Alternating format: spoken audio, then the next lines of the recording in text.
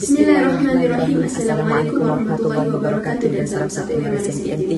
Kembali lagi bersama kami tidak lain tidak bukan Nur Umira binti Maki Sidik dari kelas 4 Patriotik dan Muhammad Adam Hakimi bin Arba'in dari kelas 4 Amanah yang merupakan anak-anak homeroom Cikgu Fazlina. Menemani Anda 5 menit yang mendatang dengan sajian-sajian berkaitan homeroom yang akan diuraikan oleh kami berdua. Berikut merupakan informasi selengkapnya. Beralih kita kepada topik utama pada hari ini, iaitu pengenalan sedikit sebanyak tentang sistem homeroom. Program homeroom merupakan keras sistem pendidikan di MRSM yang bermatlamat untuk mendidik para pelajar menjadi seorang manusia yang lengkap dan matang untuk menghadapi cabaran hidup di masa hadapan. Di mana guru homeroom merupakan ibu bapa yang kedua bagi setiap anak homeroom dan bertanggungjawab dalam segala permasalahan anak-anak homeroom dari segi akademik, ko-kurikulum maupun sahsia diri. Dalam erti kata lain, homeroom boleh didefinisikan sebagai sekumpulan pelajar sebaya yang menjalani hidupan bersama dalam suasana persaudaraan dengan seorang guru penasihat yang berfungsi sebagai pembimbing dan penjaga dalam ruang dan waktu yang tidak terbatas. Seterusnya, marilah saya meneruskan aktiviti pertama yang sistem homeroom lakukan, iaitu bermula dalam pendaftaran pelajar. Pada pendaftaran pelajar, kebiasaannya semua pelajar baharu akan berorientasi selama 2 minggu.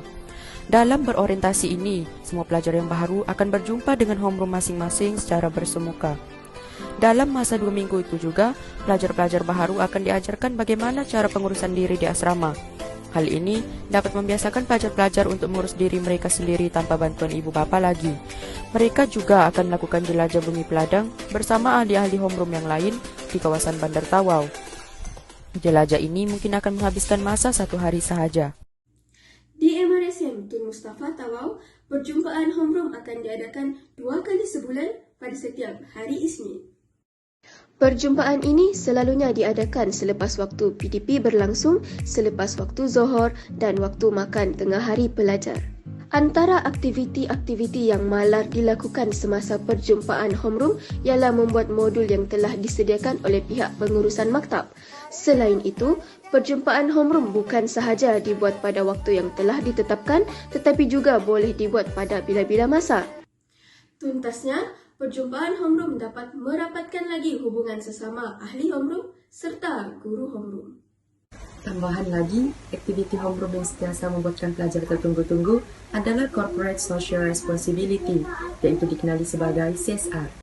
Program ini dapat menggalakkan pelajar-pelajar melakukan aktiviti yang melibatkan semua ahli homeroom bersemuka bekerjasama dalam menjalankan kerja-kerja kebajikan, tolong-menolong, bantu-membantu satu sama lain dan sebagainya. Antara aktiviti-aktiviti CSR yang kelak dilakukan dalam homeroom seperti membersihkan kawasan-kawasan awam, berjualan-jualan bersama homeroom di dalam maktab dan melawat ke tempat-tempat kebajikan. Keusahawanan merujuk kepada kaedah melancarkan dan mengendalikan suatu perniagaan yang bersaiz kecil. Antara aktiviti keusahawanan yang dijalankan di MRSM Tun Mustafa Tawau ialah Bazar Ramadan. Selanjutnya, aktiviti homeroom secara bersemuka, yakni aktiviti yang banyak bergerak dan memenatkan sedikit, tetapi banyak hadiah yang lumayan menanti. Terdapat beberapa aktiviti-aktiviti tersebut, seperti pertandingan roket. Pertandingan ini akan terbahagi kepada 2, iaitu kategori parachute, yang mana akan dinilai roket homeroom siapa akan berada di langit paling lama akan ke peringkat seterusnya.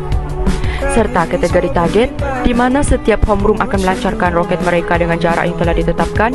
Roket homeroom yang mana paling dekat dengan target akan dimasukkan ke peringkat seterusnya. Aktiviti yang kedua adalah sambutan Hari Bumi. Sambutan ini akan dimulakan dengan perasmian pengetua. Lanjut, poster-poster Hari Bumi seperti poster pertandingan akan ditampalkan di mana-mana papan kenyataan jika pelajar berada di maktab. Selain sambutan Hari Bumi, sambutan Hari Kemerdekaan juga diadakan setiap tahun yang akan berlangsung pada 31 Ogos.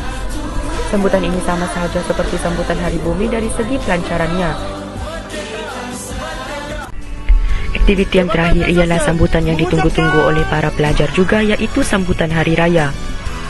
Sambutan ini disambut mengikut homeroom dan kelas. Pada sambutan Hari Raya ini, terdapat beberapa sahaja pertandingan yang diadakan mengikut homeroom. Love and Care, UPHR, MRSM Tun Mustafa Tawau.